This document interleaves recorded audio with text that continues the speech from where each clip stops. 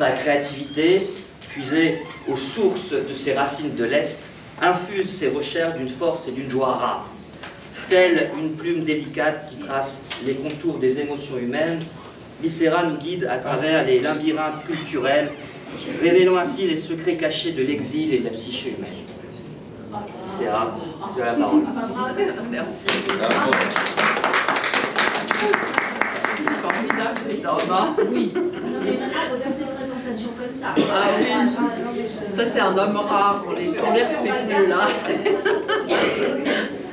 Bon, je tiens à exprimer mes sincères remerciements envers les membres de l'APE pour leur aimable invitation très touchante, je suis émue en plus, à cette conférence et tout l'investissement qui nous permet justement de nous rassembler et discuter et tous les échanges qu'on a qui sont passionnés et passionnants. Donc je vous remercie infiniment de m'écouter et puis de m'accueillir à chaque fois avec une grande hospitalité. C'est super d'être là avec vous. Donc je vais commencer mon travail avec un texte d'Agathe Christine Ulivucci qui a pris un extrait de Walter Benjamin, Chronique berlinoise, qui cherche à s'approcher de son propre passé enseveli, doit se comporter comme un homme qui creuse.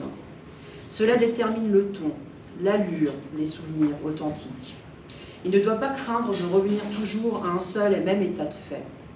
Le pelleter comme de la terre, le retourner comme le royaume terrestre. Car des états de fait ne sont que des gisements, des stratifications qui, au prix seulement de l'exploration la plus méticuleuse, révèlent ce qui fait les vraies valeurs cachées à l'intérieur de la terre. Les images arrachées à leurs anciens contextes se présentent comme des joyaux dans les salles austères de notre discernement tardif, comme des vestiges ou des torses dans la galerie du collectionneur. Donc, je vais vous présenter mon travail sur plusieurs parties, une partie filiation, une partie identification, deuil, mélancolie et mère morte. Je vais vous présenter deux cas de l'enfant de remplacement et l'enfant mort disparu, remplacé par un autre, en termes de transgénérationnel. Transmettre est un terme riche en signification, éloquent, toujours porteur de sens, jamais anodin. Il concerne chacun de nous lors de nos passages d'insouciance, jusqu'au moment où nous considérons que notre propre histoire débute à la prise en compte de notre propre existence. Cependant, il est important de ne pas négliger que les générations qui nous ont précédés ont profondément influencé notre être.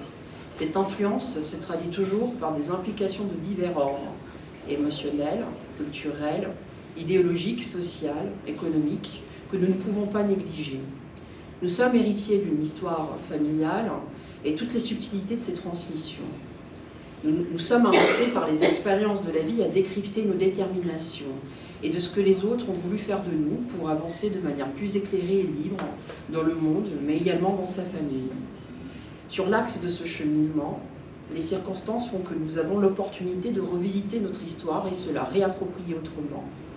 Cependant, aujourd'hui, nous sommes confrontés à des questions essentielles. Que devons-nous transmettre? Qui devrait être chargé de cette transmission? Et comment devrions-nous procéder face à cette transmission?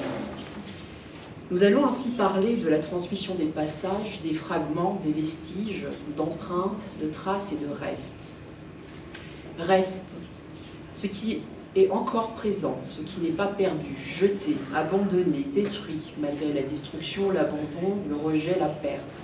Reste, ce qui reste de l'enfance, ce qui reste après la mort, ce qui reste encore, ce qui survit, subsiste, persiste, demeure, ce qui hante, résiste encore, reste, ce qui excède la soustraction, la différence, le fragment, le reliquat, la relique, reste, le vestige, la ruine, le débris, le détritus, la cendre, le cadavre, reste.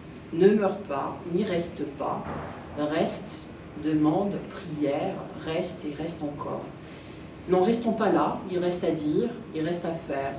Si l'étymologie lie reste à la stabilité et à l'arrêt, la fertilité de ce seul mot, reste, nous invite plutôt à le lire comme la trace d'un geste, comme un tracé qui aura toujours déjà commencé et n'aura jamais encore été achevé.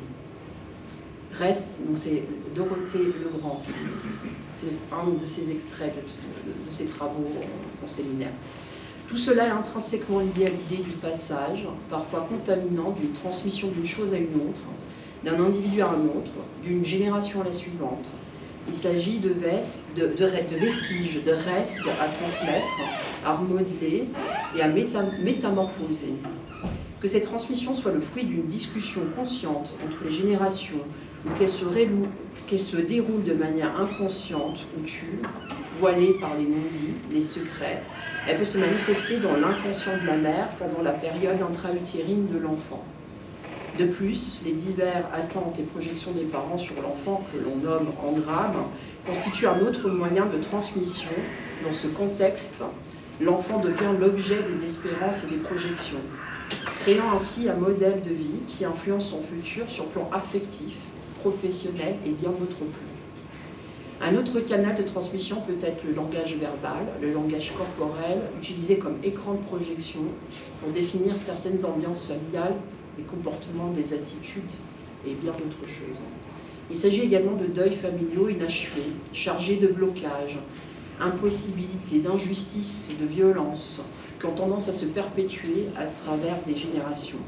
C'est un fardeau complexe qui agit et répand ses racines de manière parfois inattendue. Les non-dits sont particulièrement problématiques car ils ressurgissent en filigrane dès lors qu'ils sont dissimulés au sein d'une famille. Souvent, la souffrance est tue pour préserver les membres de la famille, en particulier les enfants. Cette transmission se traduit fréquemment par des troubles psychiques graves ou des problèmes psychosomatiques mettant en lumière l'existence des secrets familiaux non exprimés. Mon exposé prend pour titre Vestiges et ruines psychiques, passeurs mortifiés dans les lignées transgénérationnelles, vestiges comme restes, traces de nos ancêtres, nos aïeuls, et les difficultés dont ils n'ont pas pu métaboliser. En abordant ces concepts de vestiges psychiques, ainsi que de portage de souffrance au sein des lignées, nous traçons les contours des profondeurs blessures psychiques qui se transmettent régulièrement en silence, parfois enfouies dans les cryptes du passé et maintenues dans le secret, laissant leur empreinte douloureuse sur les générations à venir. Nous pouvons dès lors parler de blessures, expériences douloureuses, traumatismes de nos ancêtres. À travers cette exploration, nous plongeons au cœur des vies des membres d'une famille, dans leurs histoires individuelles, et les ombres qui continuent de hanter les différentes branches de l'arbre généalogique. L'ampleur de la gravité mise en lumière par l'analyse des modalités de transmission et ses effets sur les vestiges hérités nous permettent de discerner les cicatrices psychologiques infinies susceptibles de marquer les descendants. Cela demande aussi une grille de lecture fine, un état spatial de l'organisation psychique ajustée, complexe, parfois dans les interprétations élaboratives délicates, une vision du sujet et de sa famille qui se centralise sur les différents degrés de subjectivité, de strates et des plans en plusieurs dimensions de l'exploration des profondeurs. Donc là, normalement, j'avais une diapo sur les stressors, ils appellent ça les Américains. Cycle de la vie, modèle de Carter et McGoldrick, qui parle de stressors horizontaux et verticaux. Donc dans le horizontal, c'est ce qui est le développement normal de la vie pour les thérapeutes familiaux. Donc c'est les systématiciens qui ont développé cette théorie. Dans les horizontaux, on a le développement normal du cycle de la vie avec des stressors qu'ils appellent habituels, c'est-à-dire la mort, la maladie chronique, les accidents de vie. Donc ça, c'est un plan à prendre en considération. Le plan vertical des stressors, c'est tout ce qui nous vient du côté générationnel et transgénérationnel, qu'on hérite. Les patterns familiaux, les mythes, les secrets, toutes les transmissions inconscientes, conscientes, et tout ce qui nous vient du passé. Et nous avons le système de levels qu'ils appellent, donc ça monte de l'individu jusqu'à la famille nucléaire, la famille élargie, la communauté, le travail, les amis, et au-delà, c'est-à-dire tout le socius du monde, le genre, la religion, et tout ça a un impact quelque part sur l'individu et va jouer dans ses symptômes, dans sa manière de voir le monde et pouvoir avancer dans la vie. Donc c'est quasiment 3 dimensions sur 4 dimensions, avec tout ce qu'on hérite.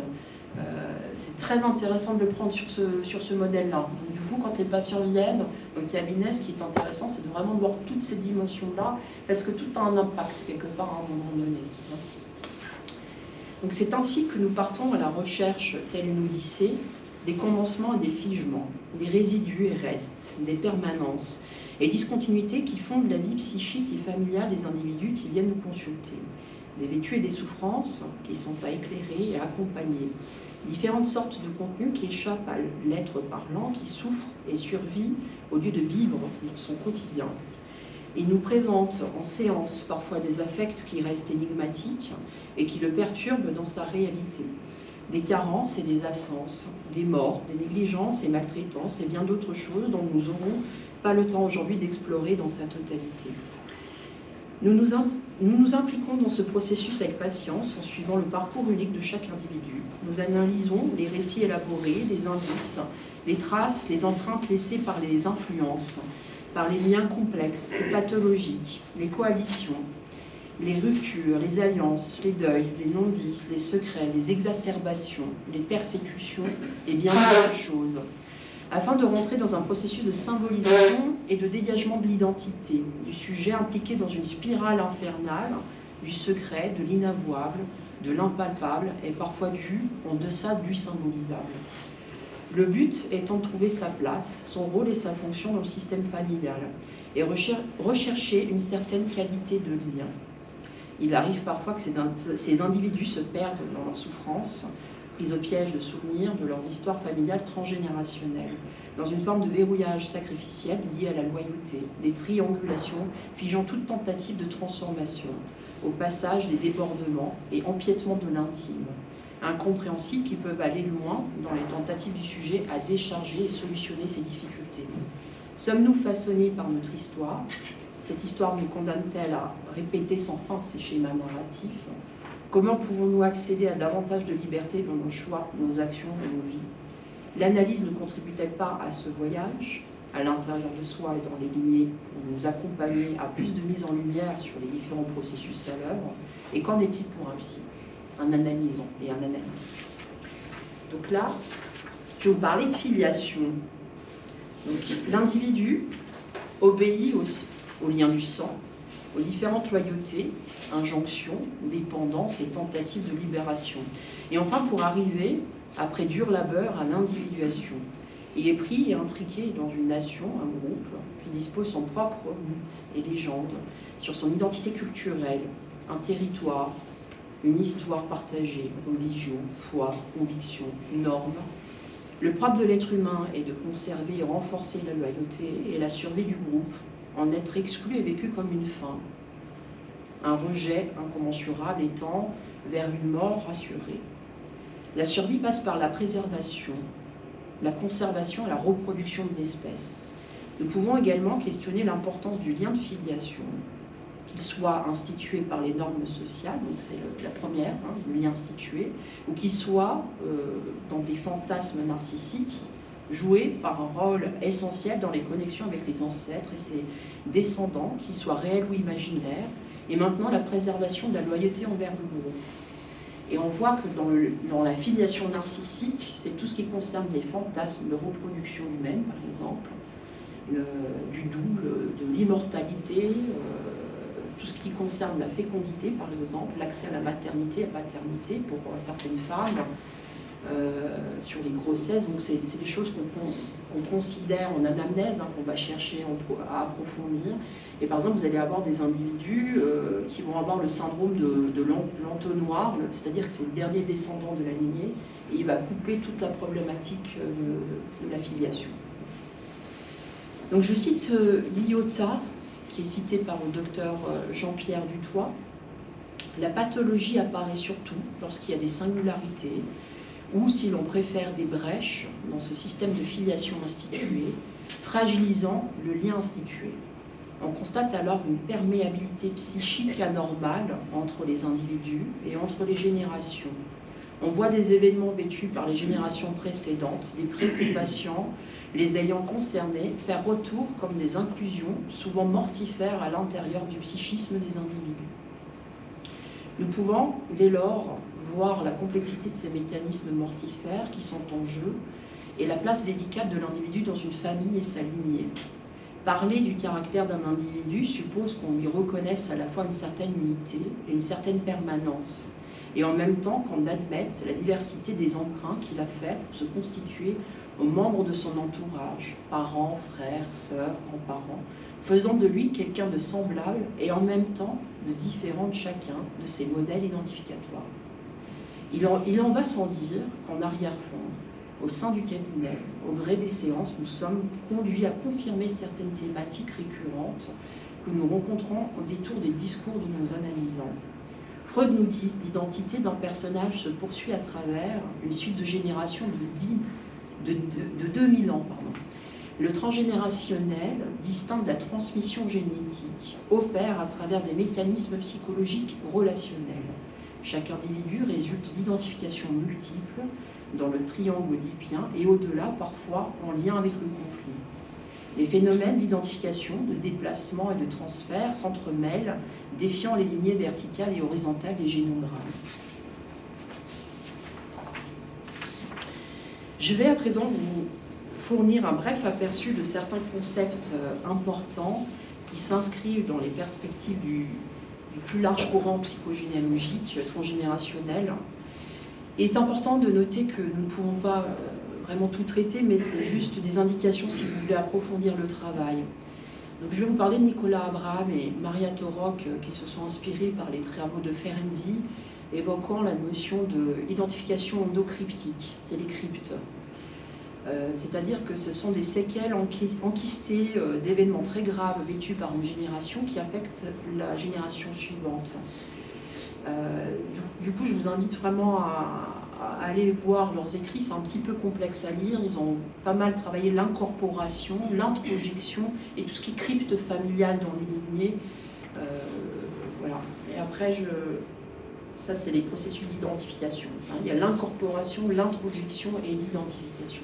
J'ai trouvé un petit schéma bien sympa qui montre un peu ce que c'est un même mécanisme, mais qui a plusieurs degrés différents dans la manière dont il s'élabore dans le psychisme de l'humain. Donc nombreux sont des psychanalystes que nous connaissons bien à avoir travaillé ces thématiques autour de ce qui se joue justement dans ces identifications.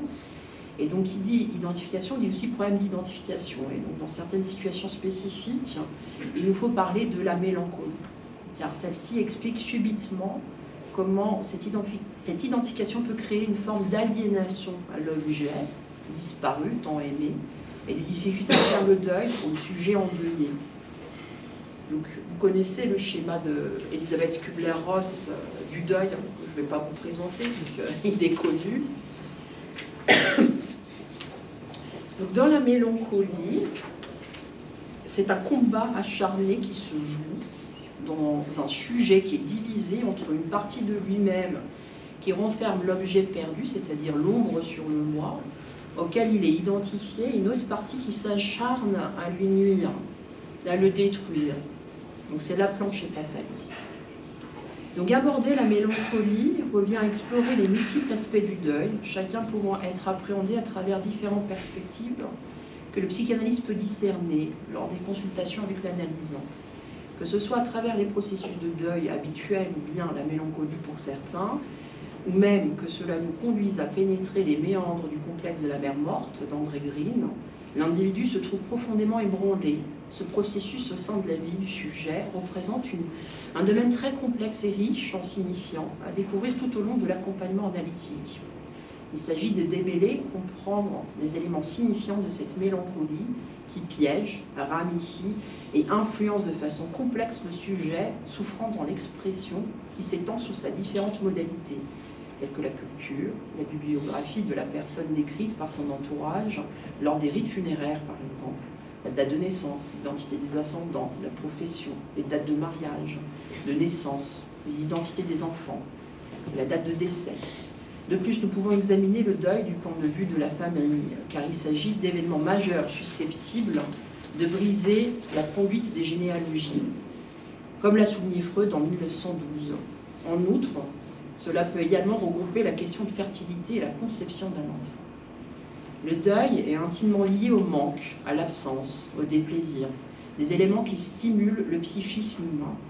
L'étude du deuil nous permet de suivre le processus transgénérationnel à partir de l'événement lui-même, en passant par les réactions psychologiques de l'endeuillé et de son entourage, ainsi que les conséquences à plus long terme.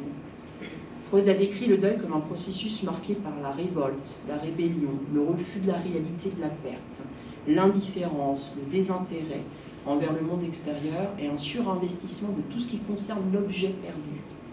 Dans un premier temps, l'objet perdu continue d'exister psychiquement, un certain temps relatif, avant que le sujet puisse investir de nouveaux objets dans un second temps. En parlant de mélancolie quelque part, nous maintenant en vie le disparu en nous. Nous faisons référence à l'identification d'une partie du moi à l'objet perdu.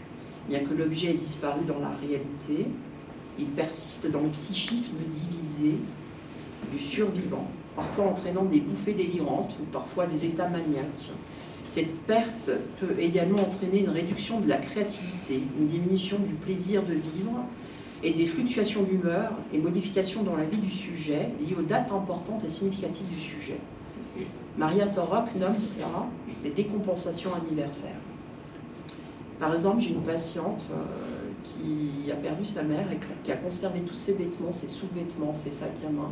Et chaque mois, à la date d'anniversaire de la perte, elle met ses objets. Elle dort avec sa nuisette.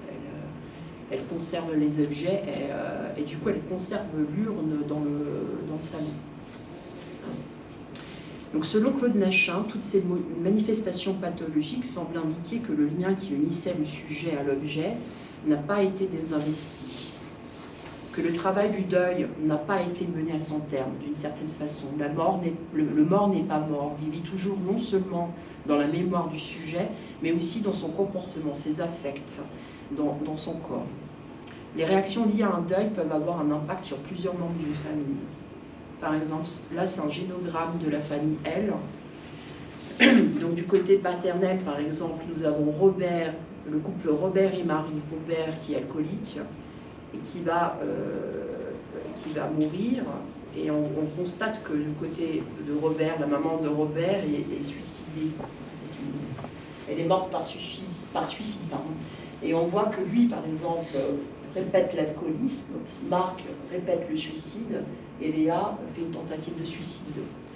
Et de l'autre côté, il y a un dispositif d'attachement qui se crée avec l'enfant qui va être un peu une soupape de sécurité, Lucie, hein, l'enfant thérapeute ou l'enfant infirmière, ou celui qui va réanimer un petit peu la dépression de Marie, hein, la maman. Et vous voyez comment, dans une généalogie, on peut s'intéresser à ce genre de choses. Donc le complexe de la mère morte de Green, donc c'est le cas de Pierre-Marie. Le complexe de la mère morte, décrit par le psychanalyste André Green en 1983, émerge comme une réponse parmi d'autres aux répercussions de deuil sur un certain nombre d'individus et de son entourage. Il ne s'agit pas de la réaction à la mort de la mère elle-même, mais plutôt de la transformation abrupte et brutale de la mère consécutive à un deuil. La mère, post-perte, endeuillée, dépressive, absorbée si je dois dire, et comme le souligne Vincent Estelon, incarne une présence morte, une atmosphère à contre-vie.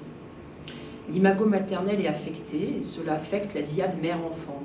Il y a une perte de la qualité des liens et de sens.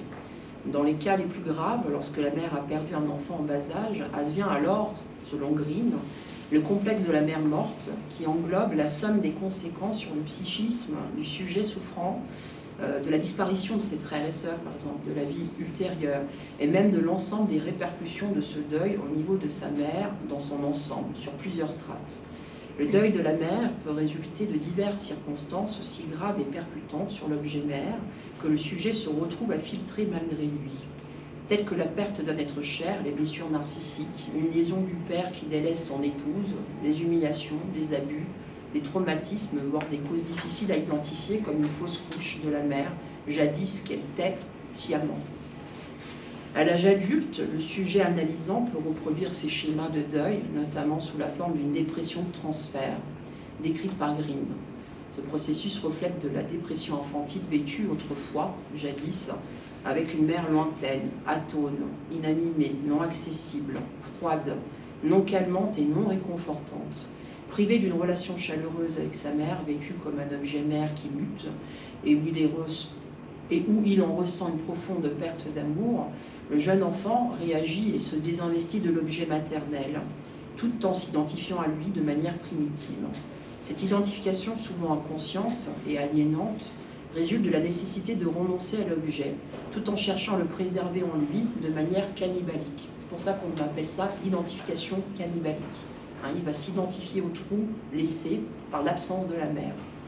L'enfant va continuer à posséder cet objet qu'il ne peut plus avoir et devenir au-devant lui-même l'objet mère, en devenant lui-même objet mère morte désinvestie. Il conserve cet objet mère sous le signe du cannibalisme primitif par identification introjective. L'identification primaire se poursuit à l'insu du sujet et contre son vouloir, d'où son caractère aliénant, car l'enfant va s'identifier au trou et au vide laissé par le désinvestissement de sa mère. Et à ce vide qui, périodiquement, dès qu'un nouvel objet est lu pour occuper la place, se remplit et soudain se manifeste par l'hallucination affective de la mère morte. Cela peut se manifester par des périodes d'insatisfaction dans les domaines professionnels et amoureux, des difficultés à aimer, par exemple le conjoint ou la conjointe, d'investir des relations, des ruptures fréquentes, des mariages conformistes, même au fond non satisfaisants. Le complexe de la mère morte peut même influencer la manière dont le sujet interagit avec ses propres enfants, car la fonction parentale est parfois infiltrée par le narcissisme. Les enfants étant aimés en fonction des objectifs narcissiques que les parents n'ont pas pu atteindre eux-mêmes, l'enfant devient en quelque sorte un prolongement d'eux-mêmes. Donc là, l'enfant de remplacement. On est dans le cas de Pierre-Marie. Donc, il est un cas typique de complexe de la mère morte où ce mécanisme bien rodé affecte l'enfant survivant, après le décès en bas âge d'un autre enfant. Dans certaines circonstances, après la perte d'un enfant, les parents peuvent décider d'avoir un autre enfant post-décès, un enfant de remplacement. Mais cette décision dépend de nombreux facteurs, notamment les aspects physiologiques, la nature des rapports parentaux et la capacité de la mère à faire son deuil. On pourrait voir la naissance d'un nouvel enfant comme une tentative de compenser la perte et d'atténuer la douleur du deuil. Mais en réalité, cela ne dispense pas les individus du travail difficile d'acceptation de la perte.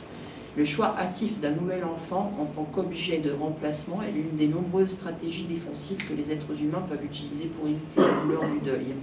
Cependant, cela peut retarder le processus de deuil et entraîner d'autres perturbations de la dynamique familiale.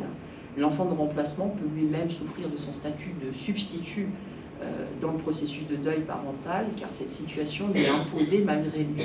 Il ne l'a pas choisi, il l'a subi. Donc les dimensions peuvent se transmettre dans les lignées et peuvent être très complexes. Dans ce cas-là, par exemple, ça c'est un enfant consolateur, Pierre-Marie qui porte le mort, Pierre, c'est son premier prénom, Pierre. Et donc la mère, on peut supposer que la mère morte, du coup, la mère qui a perdu le premier Pierre, ne va pas vraiment investir le Pierre-Marie qui est patient, et Pierre-Marie va porter ce deuil que la mère n'a jamais pu faire. On se pose la question, c'est une hypothèse, c'est de remonter dans la généalogie côté maternel s'il n'y a pas aussi de mère morte là-dessus, dans cette partie de la sphère de la généalogie. Et là, par exemple, Pierre-Marie, dans ses rêves, a aussi, comme c'est venu condenser, par exemple, le deuil, son père a voulu noyer les chiots à un moment donné parce qu'il y avait une portée. C'est intéressant de noyer les chiots. Et donc Pierre-Marie a fait des rêves comme ça, de noyade. Donc tout ce que les patients amènent comme élément, c'est très stratégique dans l'analyse et l'accompagnement thérapeutique qu'on peut faire.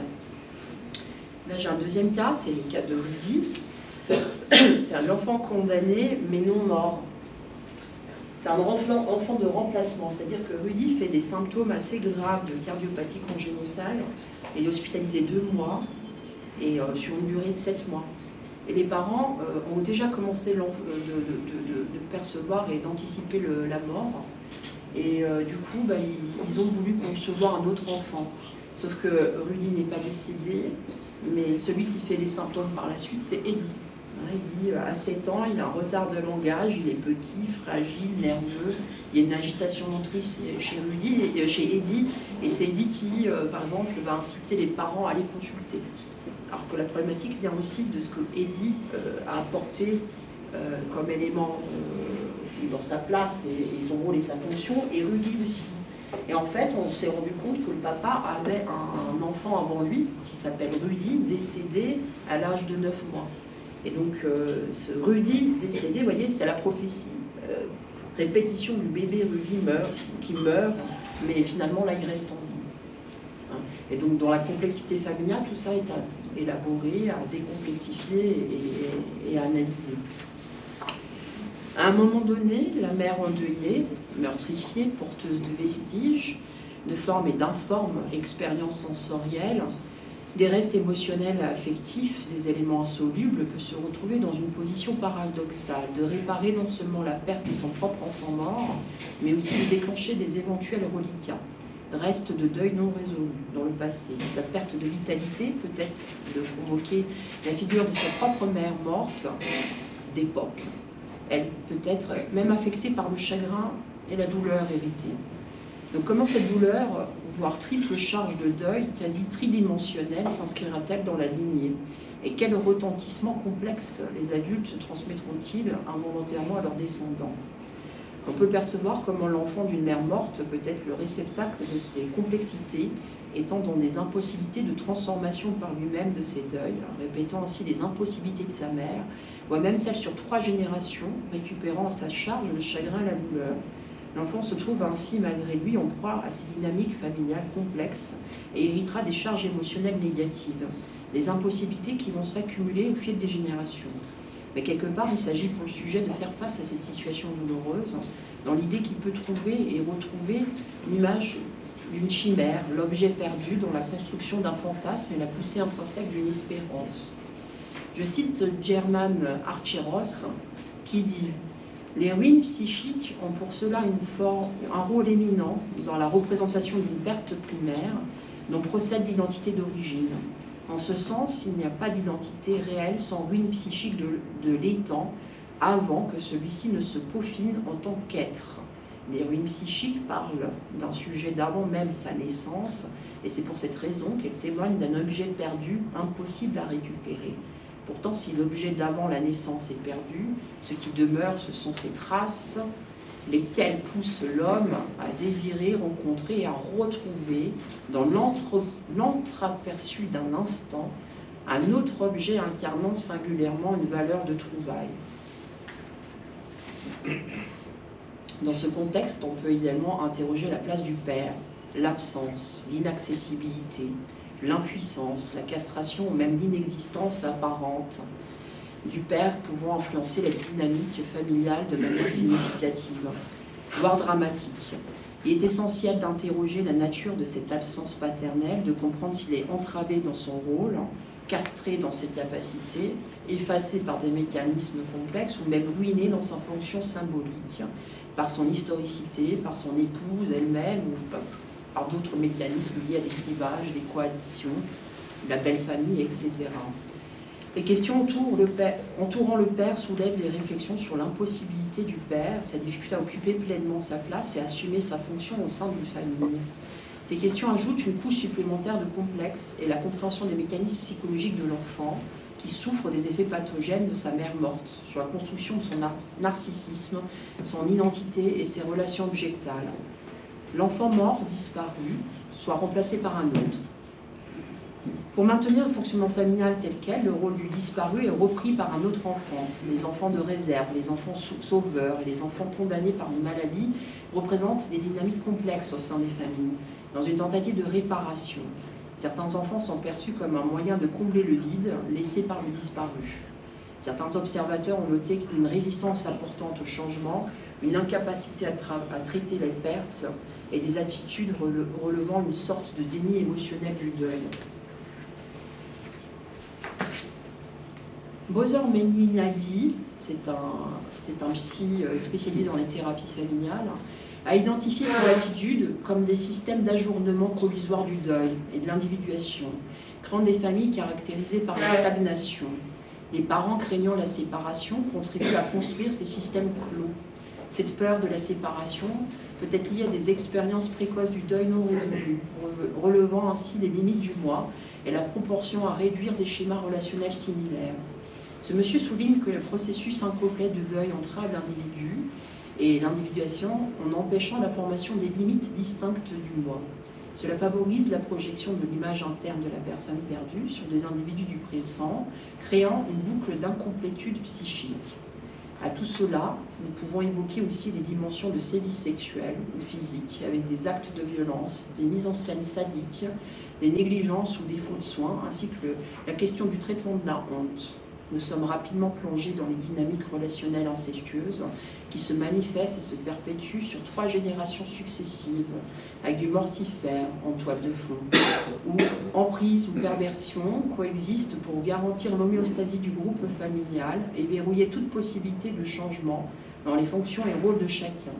Le passage à l'acte incestueux, lui, dépend à la fois de la structure psychologique des personnes et les facteurs agissant à un niveau supra-individuel. Pour ce qui est du trauma collectif, ce sont aussi les mêmes dynamiques opérantes avec, en foile de temps, les discriminations raciales, religieuses, esclavage, guerre, génocide, etc. Comme je l'ai dit, nous faisons face à des dimensions complexes et une intervention comme celle-ci ne peut pas tout soulever, expliquer, mais voilà, on essaye de travailler quand même la question. Dans ce cas, Monique, ce qui est intéressant, c'est le transfert d'inceste. Donc, Monique a commencé à avoir des symptômes dans son couple, à avoir des difficultés dans son couple parce qu'elle est mariée avec Jérôme qui a 22 ans plus qu'elle, et donc elle a fantasmé qu'il va partir avec sa fille Hélène qui a l'âge de 7 ans. Et Monique, en faisant son arbre et en étant accompagnée, découvre qu'en fait elle est porteuse d'un secret. Sa mère a été honteuse, culpabilisée, et en interrogeant sa mère, elle découvre finalement que son père incestait sa mère, la mère à Monique, et que finalement Monique est l'enfant du grand-père maternel. Et voilà, elle a découvert aussi, du fait d'avoir perdu sa propre mère, elle a pris la place de la mère dans le lit conjugal. Et voilà, ça s'est répété, et ça se répète finalement dans le symptôme du couple, et il faudrait voir si ça ne se répétera pas avec Hélène.